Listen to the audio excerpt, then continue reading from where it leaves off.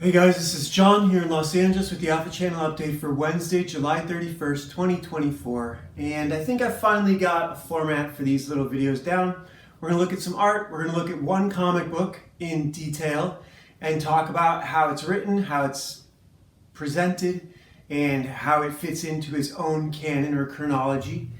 And I'm going to show off and brag about and promote my audiobooks here on YouTube, Legacy of Mad Scientist and The Legend of Ashley Fox, for you guys to check out, listen to. They're free on Smashwords as ebooks, or you can buy the paperback from Amazon.com or just listen to it right here on YouTube. You can download it a bunch of different ways from YouTube and listen to it on your favorite audio playing device in your car or wherever. I'll eventually get them up on Audible. I have some audiobooks on Audible. I did some audiobooks for historyradio.org. Right now I'm obsessed with writing a story which fits in with Ashley's, she's not one of the main characters yet, but she'll get in there. This is a comic book we have here on YouTube, Ashley Fox, The Last Valkyrie. Check it out, it's in the PDF, free for you guys to download and check out. Today, however, we're going to continue with Zero number 6. This is the cover. Now this guy in the balaclava, he was in the, they do these little character bits on the very first page. This was a comic page, the very first issue. They've had a different illustrator with every issue. This is by Alex Kot, or Alex. He's Czechoslovakian, I believe. And the other day, I did a breakdown of how long it takes to get a comic book produced and out to the market. I think I did this for Smokes the Fox, just sort of thinking out loud. And if you really, really rush it, it's about 3 months. Now, every one of these has a different illustrator. So in theory, you could have had, if you had 18 illustrators working concurrently, you could have had 18 issues produced in 3 to 6 months and dump the entire thing on the market all at once. I don't think this title has benefited from it. I should go back and see if this illustrator has already done an issue. I don't think he has. We do see this character was in issue number 3 with the balaclava. He is one of Edward Zero's competitor, Born Identity sort of agents. They're assassins working for bad guys, working for handlers. This is a story about how water, about phase change and phase change in chemicals, how water changes from ice to crystals, and a story about how some horses were panicked during I guess, 1918 war with Russia, probably World War I. And they ran into a lake that had been frozen but had not phase changed, so it was super cooled liquid. And it needed a disruption in order to freeze, and then it freezes all at once. This is one of those things that happens in nature. I saw it on my grandma's lake once. My grandma lived on a lake, and we went up every weekend when I was a little kid. And in the winter, in northern Illinois, apparently the lake had gotten really cool, and it was still, and then a breeze came up and froze waves in the lake, which was unusual. It looked like Dr. Seuss. It was the only time I ever saw it. And they were pretty substantial waves to a 6-year-old, probably knee high. And we were out running around and playing on it. It was awesome. So here, this book it's a little hard to see what's going on, and it kind of doesn't matter. This is sort of primitive storyboarding with a little bit of design. Edward is questioning his reality, and he's also infiltrating an area. This stuff right here is Edward being watched on cameras as he's infiltrating an area. He's looking for this guy who is, I guess, a rival assassin. He's the one who in the 3rd book got shot in the face and hit the button on the teleportation machine where Edward's girlfriend, only her arm got through and the rest of her died. So that's the sort of continuation. Instead of doing the Carlisle bit where we go through his past, we're getting more. This episode is more tropes, and it's the skinny guy is really sort of a Joker character. He doesn't he's unreasonable and doesn't really want anything. Here we have more of Zizek and his boss sleeping together and talking about Edward and how well he's doing. So right now he's on his way in to kill a bunch of people to try and get to the guy in the balaclava mask. This is him in the white outfit. And this is really sort of storyboards for film. This illustrator is maybe young, maybe inexperienced. He's got more experience than more professional experience than I do. But this is not... I would not publish this comic book. The fighting is too far away. It's showing us too much of what's happening and not enough of what's happening. And what I mean is, okay, this might work for a Daredevil scene where he fights in a hallway and it's all one take. But for the most part, what you want in a comic book is a close-up, medium shot, wide shot, medium shot, close-up, right? Some foreshadowing, something that looks athletic, something that looks brutal. What this is a series of hard camera moves that just literally expose the action in a relatively graphically designed way. And it's kind of brutal action. None of it is especially athletic. None of it is, and that's fine.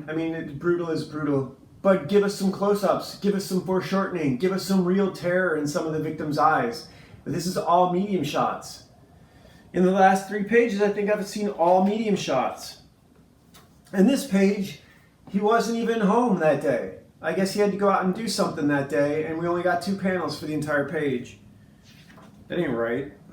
Put some ads in, Image. What the fuck? So, here we get Zizek having the affair, and someone sends him a note, says, "I quit."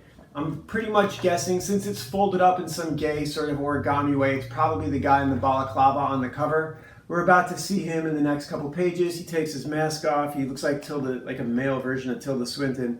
He's the guy running the teleportation machine, the terrorist who they infiltrated with before, and he got shot in the head, and he's still up wandering around telling people off and, causing problems. It's a relatively interesting picture, but only because it's so blue. I'm not impressed with this issue at all. And it's, I guess, the artwork, but it's really the writing. The writing is, this is Batman without Batman. Edward Zero is like a brutal Batman, and his handler is like a degenerate commissioner. He's only got one eye in this part, and this other guy is going through the teleportation booth. And so we get another issue with what could have been amazing art, and instead it's just no answers. I'm not upset about it. I don't feel like I wasted the money. I feel like I learned something. This section right in here could have been just absolutely fucking incredible. These fight scenes, all these murders.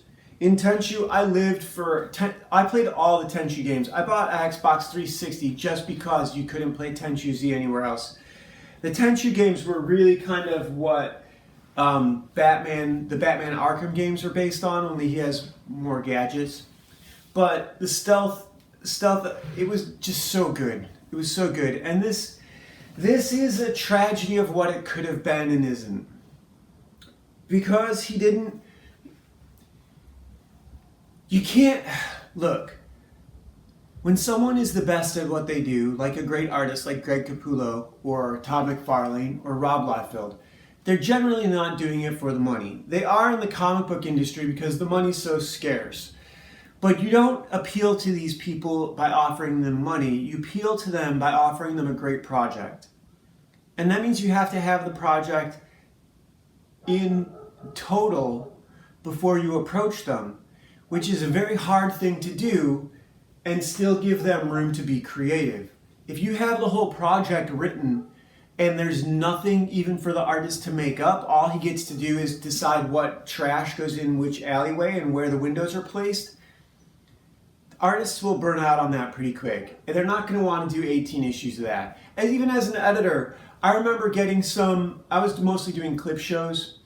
And I remember getting somewhere the script was really detailed, and I would generally read the script, set it to the side, look at the footage, and then combine the two in the easiest way for the company, right? Rarely got changes, but that's exactly what an artist has to do, and I'm coming to grips with that. As a writer and an illustrator myself, I learned how to draw before I learned how to write. I learned how to write because I wanted to draw stories. And so now my thumbnails are better. I'm getting better fast. And I just got this new drafting table, so I'm really excited about that. We do have a Wildwood Tarot card for today, and I am going to complain about our current culture. But in terms of story development, I don't know who's in charge over at Image Comics, but this should have been a Netflix series, an ongoing series. This could be great, but you don't have anyone behind it who really loves it and knows what they're doing. And that's unfortunate. Sam Peckinpah would have made this amazing, You guys should have exercised more control over the initial scripts. You should have got someone to work with him, and you should have spent the time to find an artist who wanted to do all 18 issues. Yeah, it's a big investment, and it would take a lot longer than having everyone work on them all at once. And if everyone works on them all at once, I suppose you can pitch it to Netflix faster. But that's corporate greed, and fuck you guys for doing that. Wildwood Tarot for today. Heard, the Horned God, the Green Man, the Hooded Man in the book. And today we have the Archer. I don't know what number she is. Number 7. Of course, lucky number 7. This is awesome. I know there's some that I think they were done for Magic the Gathering. I want to say the artist's name is Gennady, or I don't know. But I've seen some girl archer, and it might not even be Magic the Gathering. It might be some other card game where an archer and just a whole bunch of characters were done that really had this feeling to it. I really like this one. I struggled with an archer a while ago where I had him pointing up. This is clever to have her pointing down. Of course, archers take the high position and point down a lot, but a lot of times they're also firing for distance. So a lot of times you also had them pointing up, and I was struggling with it. I didn't find a composition I liked. I still occasionally do a version of Robin Hood. There's a statue of him in England where I was trying to put him in his exact garb on the statue. I like doing that with Joan of Arc too. That's cool. I do have some things to talk about. I am going to complain about the state of the world a little bit. I'm really upset about this. This stuff is starting to show up on YouTube now, the videos. And basically, this couldn't have happened to anyone else. What we're having, the whole Trump thing, the election, and it's really obvious with Kamala Harris. And now Trump is digging into this, and I think he's digging himself a grave really fast. Most Americans are not comfortable being openly racist, especially white people. And you're going to have to become comfortable with it because everyone sees you as openly racist, whether you admit it or not. If you're not openly racist, they think you're in self-denial and that you're lying to them because they are all openly racist against you. And white people are having an internal civil war with themselves that's being fought in the hearts and minds of white people across this country and across most of Europe. And it's being argued about in bedrooms, it's being fought between parents and children, but it's not being discussed in the regular world. And that is what obligation do we have to the rest of the world for being better than them.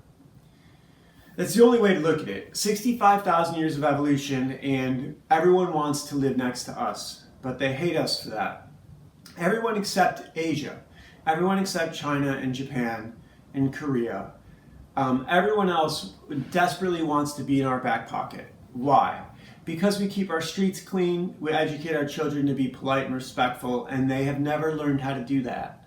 Those simple things. I'm not the tidiest guy in the world. My place is kind of a mess, but it's relatively clean. It's not dirty. There's stuff, but the stuff is not dirty. So there's a difference, I clean up after I cook. I don't leave dishes in the sink overnight anymore. I used to, but not anymore. But that's kind of the point. White people, this Chris Cole thing couldn't have happened Ed Piskor couldn't have happened to a black guy. I think they had a black guy fired, but he beat up his wife, right? Marvel, Kang guy, didn't he bust her up, probably married to a white girl. So, because they all are, right? Eddie Murphy's wife is a beautiful blonde girl. You didn't marry Shimbuku from the fucking jungle. So that's what's going on in the world, and until you solve that, Trump ain't gonna save you. Trump is not gonna dig you out of this. Basically, what's happened is people are cattle, and no one is content with that. No one's happy about that. Certainly we're not happy about that, but that's how most cultures see civilians, as cattle. Even in Asia they do. So you're going to have to get on board with that, white people. You're going to have to start seeing yourself as cattle, or you're going to have to stand up against it. Unfortunately, I think I know which way things are going to fall. I think most of you are cowards, and things are going to have to get really bad before they get better. I think we're going to have to see a world without rule of law, where the collapse of the federal government and states' governments are going to have to reassert themselves. That would do it. But that means most of Europe has to fall first. If the old nations in Europe fall, it'll be easy for the United States to repair itself. But, it's just a matter of time now. I'm going to make comic books and laugh at y'all because you're behaving like fools. So, yeah, check out my audiobooks. If you want to read or listen to an audiobook told to you by an absolute psychopath, you'll never guess what's coming next. I promise you that. You'll always be surprised. I promise. See you tomorrow.